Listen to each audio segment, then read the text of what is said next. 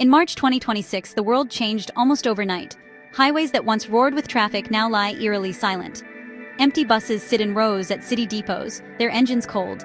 Airports, once buzzing with travelers, have become ghost towns. Only a handful of flights take off each day. Gas stations show dark, closed signs. Long lines wind around the few that still have fuel, with people hoping for a few precious liters. Everyday routines are disrupted. People bike or walk to work if they can. Delivery trucks, now rare, make only essential trips. In many cities, ride-sharing apps are disabled. Taxi drivers wait hours for fuel, sometimes sleeping in their cars. In rural areas, farmers worry about getting fuel for tractors and harvesters. Everyone feels the impact, rich or poor, city dweller or villager. Prices climb for everything. Groceries arrive late, school buses are canceled. Even emergency services struggle to respond quickly, rationing the fuel left in their tanks. The world has become quieter, slower, and for many, much harder.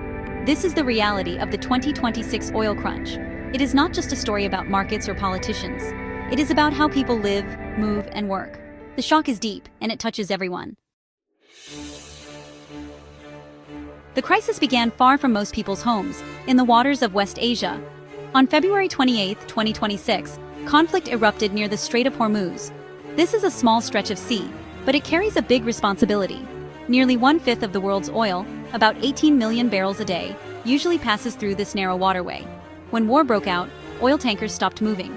Insurance costs soared. Ship owners refused to send their crews into danger. Very quickly, the world lost access to a huge share of its oil. Pipelines in other regions could not make up the difference. Oil-producing countries tried to reroute shipments, but the loss was too great. The flow of oil fell by 8 million barrels a day. That is enough to fuel every car in Canada, Australia, and the UK combined, twice over. The world is connected in ways that are often invisible until something breaks. Oil from the Gulf supplies factories in Germany, cars in Brazil, and planes in China. When the Strait of Hormuz closed, the impact was global. It did not matter who started the conflict. Everyone felt the shock. This choke point is a lesson in how fragile our modern world can be. A single stretch of water can change the course of economies and daily life everywhere. The numbers tell a dramatic story. Before the crisis, oil traded at $82 a barrel. By late March, it had soared to $117, a 43% jump in just 1 month. The International Energy Agency, or IEA, reported that global oil supply had dropped by 8 million barrels per day, the steepest one-month fall since records began. Strategic reserves designed for emergencies began to empty rapidly. Gasoline prices at the pump shot up. In the United States, the average price for a gallon of gasoline jumped from $3.70 to $5.30. In Europe, prices hit historic highs. Shipping costs for goods doubled, as ships had to travel longer routes to avoid the Middle East. Market data from Bloomberg and the IEA showed panic buying and hoarding by both companies and ordinary people. Stock markets tumbled. Airlines canceled thousands of flights per day. Factories, especially those that rely on oil for heating or transport, slowed production or shut down. The economic fallout spread quickly. Even countries that do not import directly from the Gulf felt the pinch as global prices rose. In every corner of the globe, these numbers turned into real hardship. The data is clear. This was not just another oil price cycle. It was a true crisis, with no easy fix. Rising oil prices hit everyone, but not equally. In Australia, groceries became more expensive almost overnight. Fruit and vegetables took longer to reach stores, and transport companies added surcharges. In the UK, train tickets and bus fares rose as operators tried to cover higher fuel bills. Many canceled rural routes, leaving villages isolated. In Norway and Canada, even though both are oil producers, the crisis was felt in higher heating costs. Northern communities faced tough choices: pay more for warmth or cut back elsewhere. In the US, inflation surged. The cost of transporting goods across long distances meant everything from bread to electronics became pricier. Manufacturing slowed down in many countries. Factories that depended on cheap oil saw profits shrink. In emerging economies, like parts of Africa or Southeast Asia, the crunch was worse. People spent a larger slice of their incomes on fuel and food. Some cities saw protests as people demanded relief from governments. The oil crunch is not just about numbers. It is about people having to make hard choices: travel less, eat less, or spend less on other essentials. This is how a crisis in one part of the world becomes a struggle everywhere. Faced with disaster, the International Energy Agency took action. They released a 10-point emergency plan to help countries cope. The first step was to release oil from strategic reserves, those giant storage tanks built specifically for crises. This helped, but, supplies could not last forever. The IEA also called for mandatory demand cuts. They suggested lower speed limits, which can really save fuel on highways. Governments in Europe and parts of Asia quickly adopted these rules. Another key move was encouraging remote work. By letting people work from home, fewer cars would hit the road. The IEA asked countries to expand public transport, even using electric buses and trains where possible. They also called for car-free Sundays in big cities. In some places, these measures brought quiet streets and cleaner air. Other steps targeted businesses. Factories were urged to shift production times to avoid peak hours. Airlines were told to cut non-essential flights and use bigger planes to carry more passengers per trip. The IEA urged people to share rides or cycle if possible. These are not just technical fixes, they are ways for everyone, governments, companies, and individuals, to share the pain and avoid the worst. The crisis forced the world to change, and it had to happen fast.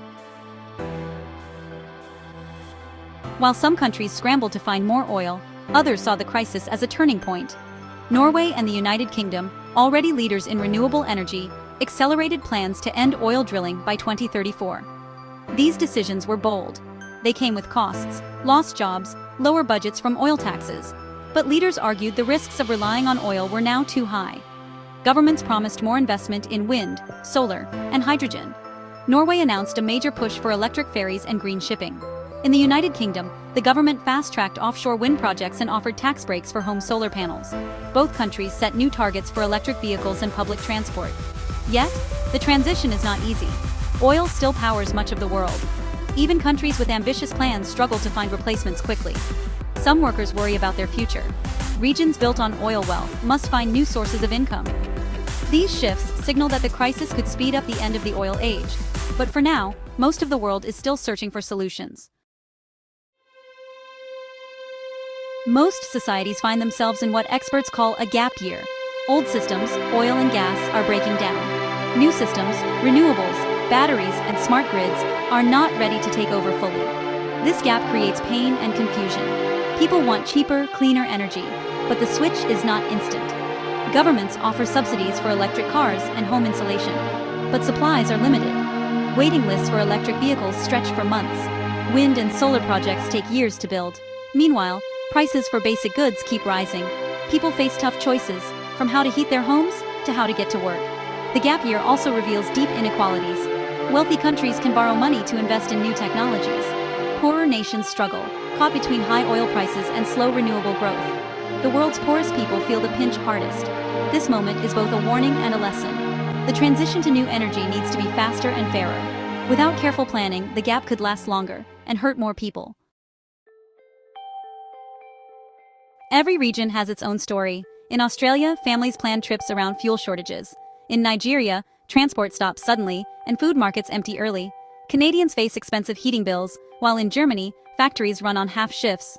In the United States, commuters turn to crowded trains and buses. Some people rediscover walking and cycling, but many feel trapped by the rising costs. Social media is full of frustration. Hashtags like OilShock2026 and empty roads trend worldwide. People share tips for saving fuel or finding open stations. Some post hopeful stories, neighbors helping each other, cities opening bike lanes, or schools holding classes online. Governments hold emergency meetings. Experts debate solutions on television. But for most people, the crisis is personal. It is about getting to work, keeping warm, or putting food on the table. The oil crunch is a shared experience that crosses borders and languages. Hearing these voices makes the crisis real and reminds us that every action matters. The 2026 oil crunch is a warning signal to the world. It shows how closely connected we are, and how easily those connections can break. The crisis touches every country, rich and poor. It calls for urgent action, but also for patience and understanding. What can we do? Governments must work together, sharing resources and ideas. Companies need to rethink supply chains and invest in cleaner energy. Individuals can make small changes, driving less, supporting local goods, and speaking up for smarter policies. The world is running on empty. But it does not have to stay this way. The crisis is hard, but it is also a chance to change. Now is the time to talk, plan, and act together. Every step counts. Your story, your choices, and your voice matter more than ever. The oil crunch is not just history in the making. It is the start of a new chapter. Let us write it wisely and together.